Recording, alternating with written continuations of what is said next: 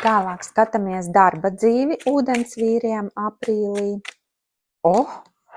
Kolosāls spēks saucās šī kārts. Rekāds mums te ir lauvas spēks, un jūs noteikti sajutīsiet kaut kādu tādu iekšēju varēšanu, es to varu, varbūt jums uzticēs kaut ko tādu, kur jūs šaubīsties, vai tik man sanāks, vai es esmu pietiekami spēcīgs.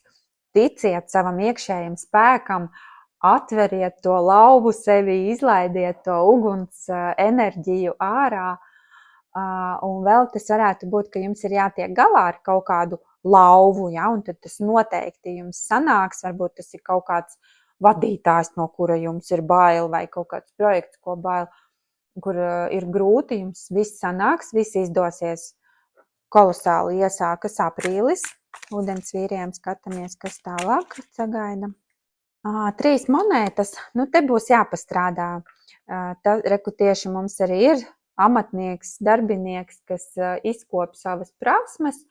3 ir arī par sadarbību, varbūt būs jāsadarbojas ar klientiem vai kaut kādi 3 projekti jāveic, bet tas nav traki, šis būs kaut kas, ko jums patīk, jūs tādā čiliņā varat to tik mierīgi realizēt un justies labi.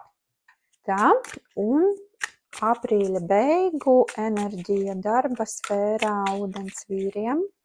6 monētas, kolosāli paskatieties, jūsu darbs atalgosies, atmaksāsies, un šī ir dāvanu kārts, ja, ka jūs saņemsiet kaut kādu dāvanu.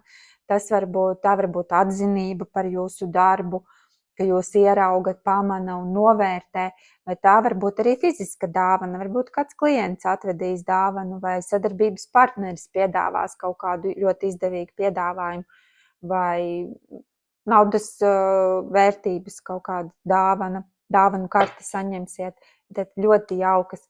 Vispār spēcīgs mēnesis jums darba sfērā ir ūdens vīri.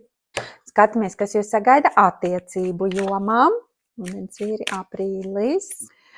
Tā, 2 monētas, tas ir par to, ka jūs divatā kaut ko ar partneri iesāksiet, vai arī būs pārunas par to, ka ir jāsabalansē darbs un privātā dzīve. Būs domas par to, vai sarunas, vai vienkārši sajūta, ka varbūt šī tēma kļūst aktuāla.